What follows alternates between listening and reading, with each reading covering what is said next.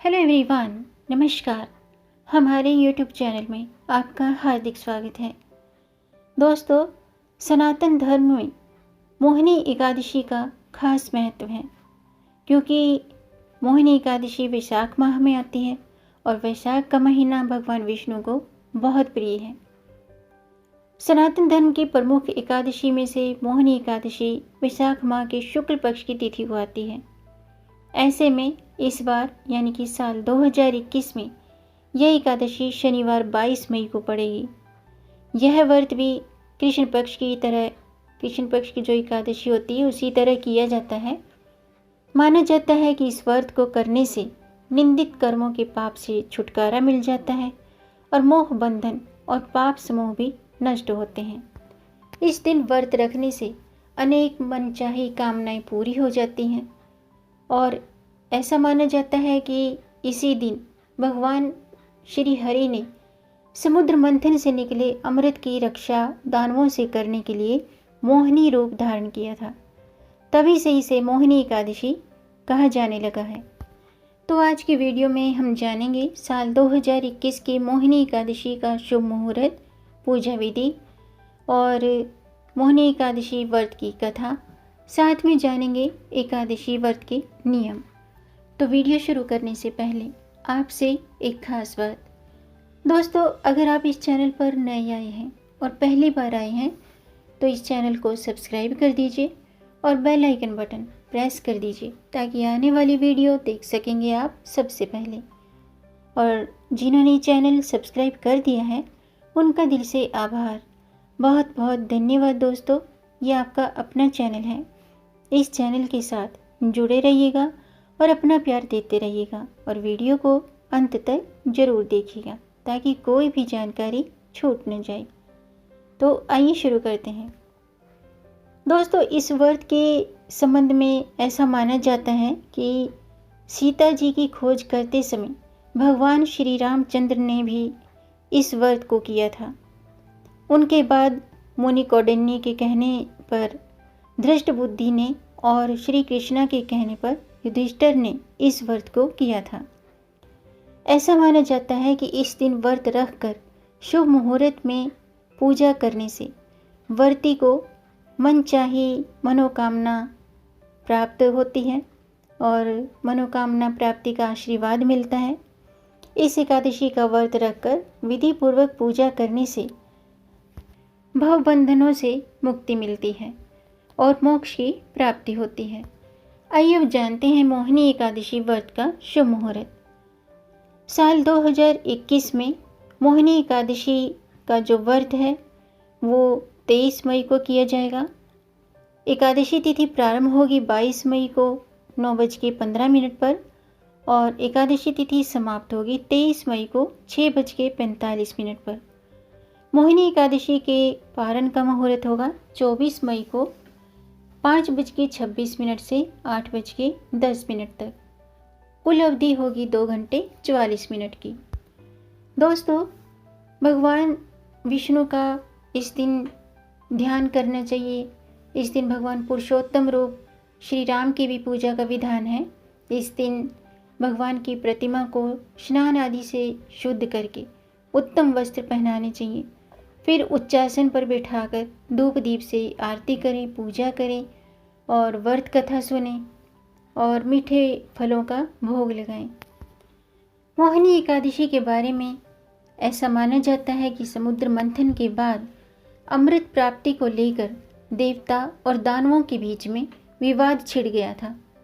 तब भगवान विष्णु ने सुंदर नारी का रूप धारण करके देवताओं और दानवों के बीच पहुँचे थे।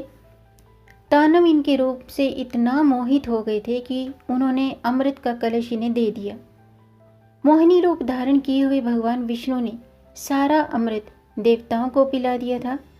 इससे देवता तो अमर हो गए। जिस दिन भगवान विष्णु मोहिनी रूप में प्रकट हुए थे उस दिन वैशाख मास की शुक्ल पक्ष की एकादशी तिथि थी। भगवान विष्णु की इसी मोहिनी रूप की पूजा मोहिनी एकादशी के दिन की जाती है। यदि किसी व्यक्ति के संबंधों में दिक्कत चल रही है तो इस एकादशी का व्रत करने से संबंध भी मजबूत बनते हैं। आइए अब जानते हैं मोहिनी एकादशी व्रत की पूजा विधि। दोस्तों, एकादशी व्रत के मुख्य देवता भगवान विष्णु या उनके अवतार होते हैं, जिनकी पूजा इस दिन की जाती है। इस दिन सुबह जल्दी उठकर स्नान करने के बाद सबसे पहले सूर्य को अर्घ्य दें।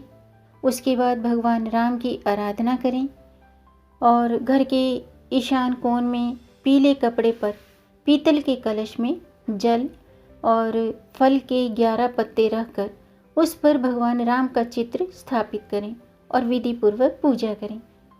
गाय के घी में हल्दी मिलाकर दीपक जलाएं, चंदन से धूप करें, पीले फूल चढ़ाएं, पीले फल चढ़ाएं, केसरिया हल्दी से तिलक करें और 11 केले का भोग लगाएं।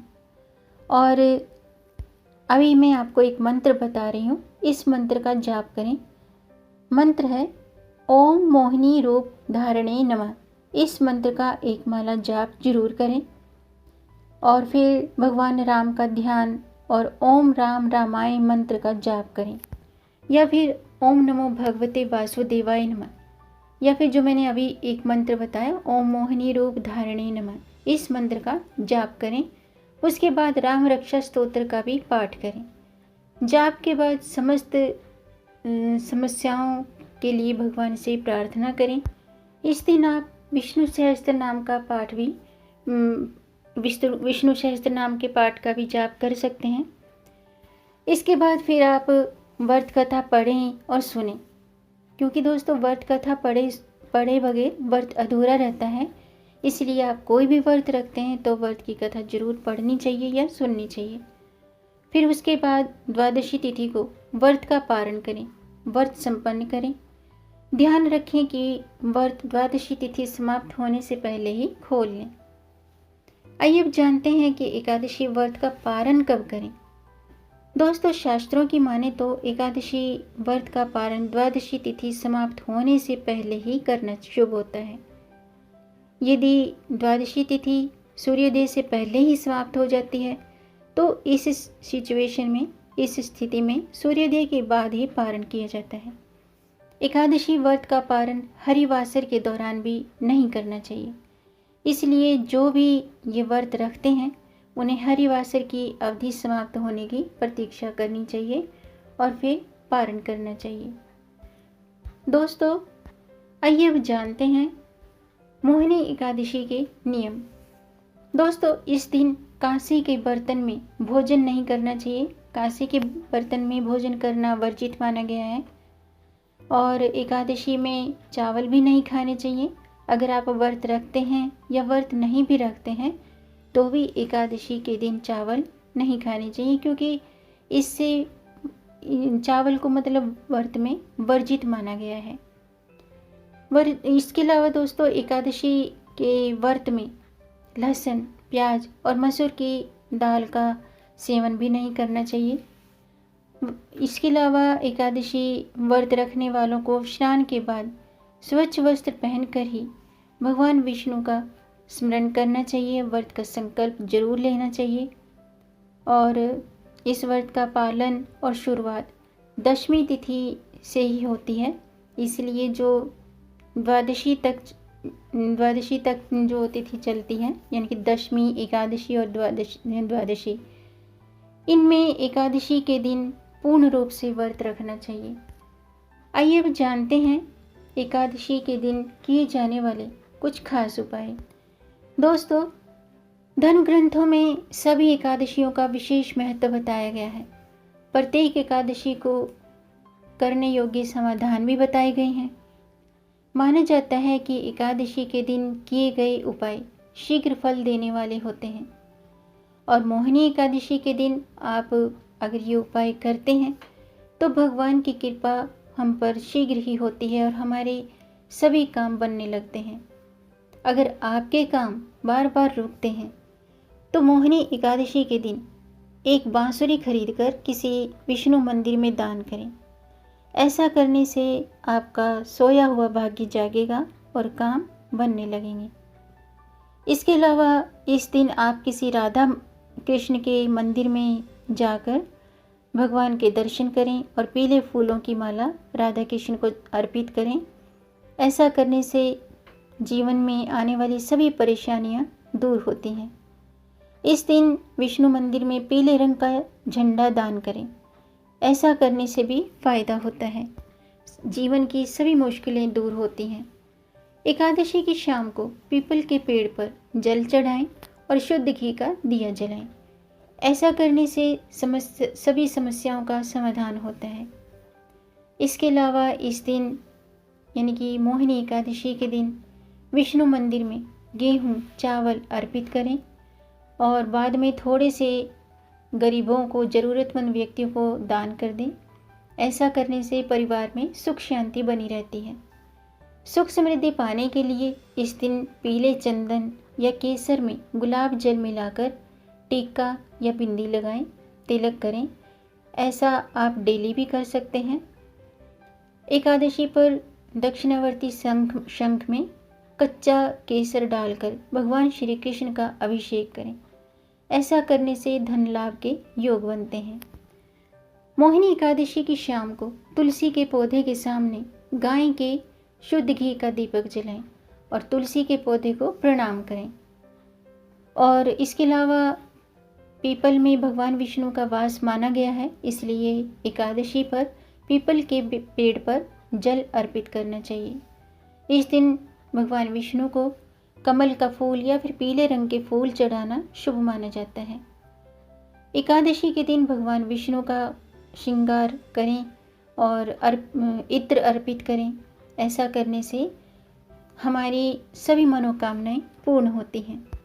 अब मैं एक मोहिनी एकादशी की व्रत कथा शुरू करती हूँ, आप भी ध्यान से सुनिएगा। मोहिनी एकादशी को लेकर एक कथा मिलती है। इसके अनुसार सरस्वती नदी के समुद्र तट पर भद्रावती नाम की एक सुंदर नगरी थी, जहाँ चंद्रवंश में जन्मे सत्य प्रतिज्ञ धृतिमान नामक राजा हुए। उसी नगर में एक वैश्य रहता था जो धन धान्य से परिपूर्ण और समृद्धिशाली था। उसका नाम था धनपाल। वह सदा ही पुण्य कर्मों में लगा रहता था। साथ ही वह भगवान विष्णु का अनन्य भक्त था। उसके 5 पुत्र थे, जिनके नाम सुमना, घुतिमान, मेधावी, सुकृत और धृष्ट बुद्धि। धनपाल के अन्य पुत्र तो उसी की भांति थे, उसी की तरह थे, लेकिन धृष्ट बुद्धि हमेशा ही पाप कर्मों में लिप्त रहता था। धनपाल अपने पुत्र धृष्ट बुद्धि से बहुत दुखी थे। एक दिन उसने परेशान होकर धृष्ट बुद्धि को घर से निकाल ही दिया। इसके बाद वह दर दर भटकने लगा। उसकी खराब आदतों की वजह से किसी ने कुछ भी खाने पीने को नहीं दिया और भूख प्यास से व्याकुल धृष्ट बुद्धि महर्षि कौंडिन्य के आश्रम में जा पहुंचा और हाथ जोड़कर बोला, महर्षि, मैं अपराधी हूँ, किंतु मेरा कल्याण करें। कृपा करके कोई ऐसा उपाय बताएं जिससे मेरी मुक्ति हो जाए। तब महर्षि ने उसे मोहिनी एकादशी की व्रत विधि और महत्व बताया। महर्षि कौंडिन्य ने कहा कि हे जातक, वैशाख के शुक्ल पक्ष में मोहिनी नाम से एक एकादशी व्रत है। उस एकादशी व्रत को करो। यह व्रत करने से प्राणियों के अनेक जन्मों में किए हुए मेरु पर्वत जैसे महापाप भी नष्ट हो जाते हैं। महर्षि के ये वचन सुनकर धृष्ट बुद्धि का मन प्रसन्न हो गया। उसने गुरु के अनुसार बताई गई विधि से मोहिनी एकादशी का व्रत किया। इस व्रत के करने से वह निष्पाप हो गया और दिव्य देह धारण कर गरुड़ पर आरूढ़ हो सब प्रकार के उपद्रवों से रहित श्री विष्णु धाम को चला गया। कहा जाता है कि इसी प्रकार जो भी जातक मोहिनी एकादशी का व्रत करके इसकी कथा पढ़ता है या सुनता है, उसके सभी प्रकार के दुख दूर होते हैं, साथ ही उसे सहस्त्र गोदान का फल मिलता है। ये थी मोहिनी एकादशी की व्रत कथा। दोस्तों, यदि कोई निर्मल मन से मोहिनी एकादशी का व्रत करे तो विष्णु जी उसके सभी दुखों को दूर कर देते हैं और यह व्रत मोक्ष दिलाता है। साथ ही ये साधक को निरोगी भी बनाता है।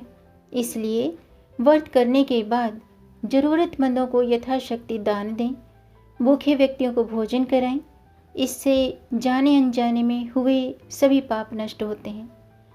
अंत में भगवान विष्णु की प्रतिमा या फोटो के सामने क्षमा प्रार्थना जरूर करें। तो दोस्तों, आज का वीडियो मैं समाप्त करती हूँ। उम्मीद है आपको ये जानकारी पसंद आई होगी। अगर आपको ये जानकारी, ये वीडियो अच्छा लगा हो तो आप इसे लाइक ज़रूर करें। लाइक करने में पैसे खर्च नहीं होते हैं, आपके लाइक से ही हमारा मोटिवेशन अप होता है। इसलिए दोस्तों, लाइक करने में कंजूसी ना करें और इस जानकारी को अपने तक ही सीमित ना रखें। आगे बढ़ाकर ज़्यादा से ज़्यादा शेयर कर दीजिए। हो सकता है आपके द्वारा शेयर करने पर इस जानकारी से किसी का भला हो जाए। और अगर आपका कोई प्रश्न है या कोई सुझाव है तो कमेंट बॉक्स में ज़रूर लिखिएगा। मेरे चैनल को सब्सक्राइब ज़रूर कीजिएगा ताकि आने वाली वीडियो देख सकेंगे आप सबसे पहले। और वीडियो को अंत तक देखने के लिए आपका बहुत बहुत धन्यवाद। मिलेंगे नई जानकारी के साथ, तब तक आप खुश रहें, स्वस्थ रहें, अपना ख्याल रखें और अपनों का भी ख्याल रखिएगा। जय श्री हरि, हर हर महादेव।